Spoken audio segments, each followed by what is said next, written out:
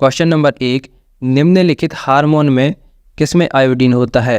किसमें होता है साथियों? ये होता है थायरॉक्सिन में। किसमें होता है? थायरॉक्सिन में। क्वेश्चन नंबर 1 का सही जवाब क्या हो जाएगा? Option A. बढ़ते हैं साथियों अगली क्वेश्चन की ओर। क्वेश्चन नंबर 2, हाइड्रोपोनिक्स किससे संबंधित है? किससे संबंधित है दोस्तों? ये है पौधों की प्रजातियों से संबंधित है। किससे? पौधों के प्रजाति से संबंधित है।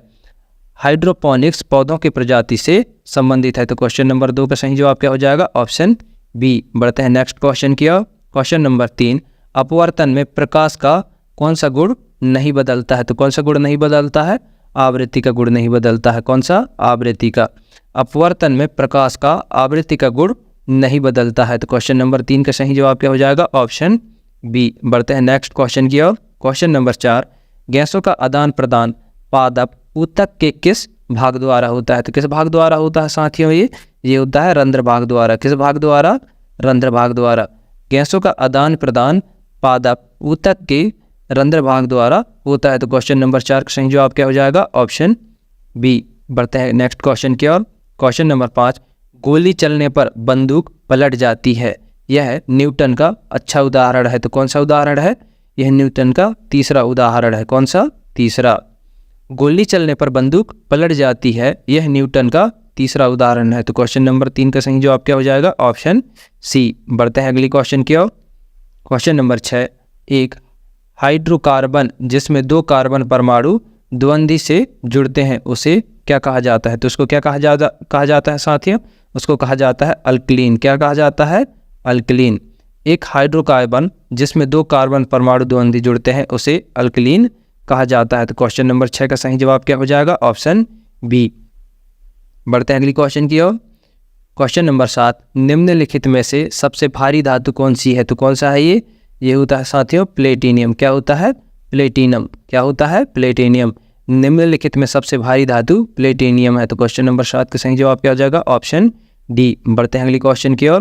क्वेश्चन नंबर 8, लेंस और रेटिना के बीच रिक्त स्थान को क्या कहते हैं? क्वेश्चन है लेंस और रेटिना के बीच के रिक्त स्थान को क्या कहते हैं? तो क्या कहते हैं साथियों? इसको कहते हैं कचाव या द्रव कोष्ठ। क्या कहते हैं?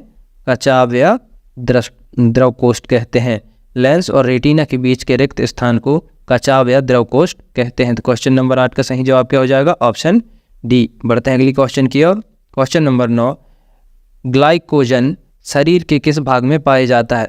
ग्लाइकोजन शरीर के किस भाग में पाया जाता है? तो किस भाग में पाया जाता है? ये यकृत में पाया जाता है। कहाँ पाया जाता है साथियों? ये यकृत में। ग्लाइकोजन शरीर के यकृत में पाया जाता है। तो क्वेश्चन नंबर 9 का सही जवाब क्या हो जाएगा? Option B. बढ़ते हैं नेक्स्ट क्वेश्चन की ओर। क्वेश्चन नंबर 10, निम्नलिखित में से कौन सा नियम इस कथन को वैध ठहराता है कि द्रव्य का न तो सृजन किया जा सकता है और न ही विनाश किया जाता है? तो कौन सा कथन ठहराता है साथियों?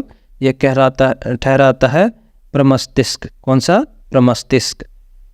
इनमें से प्रमस्तिष्क नियम इस कथन को वैध ठहराता है कि द्रव का न तो सृजन किया जा सकता है और न ही विनाश किया जाता है। तो क्वेश्चन नंबर 10 का सही जवाब क्या हो जाएगा? Option B. बढ़ते हैं नेक्स्ट क्वेश्चन की ओर। क्वेश्चन नंबर 11, रॉकेट किसके सिद्धांत पर कार्य करता है? तो किसके सिद्धांत पर कार्य करता है साथियों? ये करता है संवेग संरक्षण पर। किसके सिद्धांत पर? संवेग संरक्षण के सिद्धांत पर।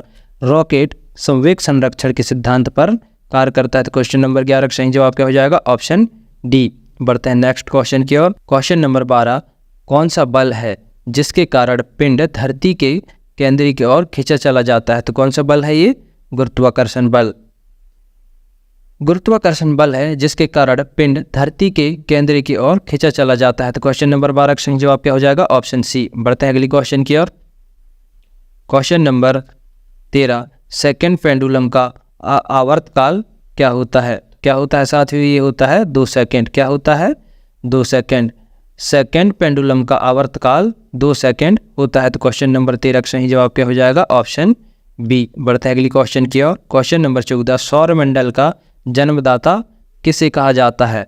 सौरमंडल का जन्मदाता किसे कहा जाता है? तो ये कहा जाता है सूर्य को कहा जाता है। तो क्वेश्चन नंबर 14 का सही जवाब क्या है? Option A. बढ़ते हैं अगली क्वेश्चन की ओर। क्वेश्चन नंबर 15, मूत्र का पीएच मान कितना होता है? मूत्र का पीएच मान कितना होता है? तो ये होता है 6। साथियों मूत्र का पीएच मान 6 होता है। तो क्वेश्चन नंबर 15 का सही जवाब है ऑप्शन ए। बढ़ते हैं अगली क्वेश्चन की ओर। क्वेश्चन नंबर 16, सोने के आभूषण बनने के लिए किस धातु का प्रयोग किया जाता है? तो किस धातु का प्रयोग किया जाता है? ये तांबा का किया जाता है। सोने के आभूषण बनाने के लिए तांबा का प्रयोग किया जाता है। तो क्वेश्चन नंबर 16 का सही जवाब क्या हो जाएगा? Option B. बढ़ते हैं अगली क्वेश्चन की ओर। क्वेश्चन नंबर 17, दूध के दही जमने का क्या कारण है? तो क्या कारण है साथियों? ये है लैक्टोबैसिल्स। क्या कारण है? लैक्टोबैसिल्स के कारण दूध से दही जमता है। तो क्वेश्चन नंबर 17 का सही जवाब क्या हो जाएगा? Option C. बढ़ते हैं नेक्स्ट क्वेश्चन की ओर। क्वेश्चन नंबर 18, गोइटर किसकी कमी के कारण होता है? तो किसकी कमी के कारण होता है साथियों? ये होता है आयोडीन की कमी के कारण होता है। आयोडीन की कमी के कारण गोइटर होता है। तो क्वेश्चन नंबर 18 का सही जवाब क्या है? Option C. बढ़ते हैं साथियों अगले क्वेश्चन की ओर। Question number 19, question number 19, joule kilogram इनमें से किस भौतिक राशि का एसआई मात्रक है? जूल किलोग्राम इनमें से किस भौतिक राशि का एसआई मात्रक है? तो किसका है साथियों? तो ये है अंतर्निहित ऊष्मा। किसका? अंतर्निहित ऊष्मा का।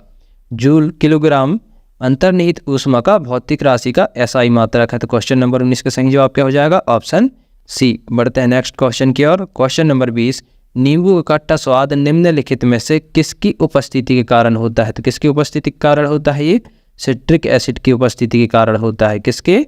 सिट्रिक एसिड के कारण। नींबू का खट्टा स्वाद सिट्रिक एसिड के उपस्थिति के कारण होता है। तो क्वेश्चन नंबर 20 का सही जवाब है ऑप्शन ए। बढ़ते हैं अगली क्वेश्चन की ओर। क्वेश्चन नंबर 21, उस गैस का नाम बताइए जिसका उपयोग वनस्पति घी, शराब और अमोनिया के निर्माण में किया जाता है। उस गैस का नाम बताइए जिसका उपयोग वनस्पति घी, शराब और अमोनिया के निर्माण में किया जाता है। तो कौन सा गैस है साथियों? ये है हाइड्रोजन गैस। कौन सा? Hydrogen gas. क्वेश्चन नंबर 21 का सही जवाब क्या हो जाएगा? Option A. बढ़ते हैं अगली क्वेश्चन की ओर। क्वेश्चन नंबर 22, उस गैस का नाम बताइए जो चीनी के कीवन में प्रयोग होती है। तो कौन सा गैस है ये? Carbon dioxide. कौन सा गैस है? Carbon dioxide. तो क्वेश्चन नंबर 22 का सही जवाब ऑप्शन डी। बढ़ते हैं अगली क्वेश्चन की ओर। क्वेश्चन नंबर 23, परिस्थितिकी तंत्र या परितंत्र शब्द का प्रयोग सर्वप्रथम किस वैज्ञानिक ने किया था? परिस्थितिक तंत्र या परितंत्र शब्द का प्रयोग सर्वप्रथम किस वैज्ञानिक ने किया था? तो साथियों आप कमेंट में बताइए कौन से वैज्ञानिक ने किया था या किस वैज्ञानिक ने किया था? तो किस वैज्ञानिक ने किया? टेंसले ने किया था। परिस्थितिक तंत्र या परितंत्र शब्द का प्रयोग सर्वप्रथम टेंसले ने किया था। तो क्वेश्चन नंबर 23 का सही जवाब है ऑप्शन सी। बढ़ते हैं नेक्स्ट क्वेश्चन की ओर। क्वेश्चन नंबर 24, चांदी के आभूषणों का लंबे समय बाद काला पड़ जाना कौन सी प्रक्रिया है?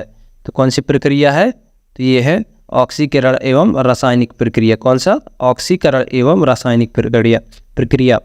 चांदी के आभूषण लंबे समय बाद काला पड़ जाना ऑक्सीकरण एवं रासायनिक प्रक्रिया है। तो क्वेश्चन नंबर 24 का सही जवाब क्या हो जाएगा? ऑप्शन सी।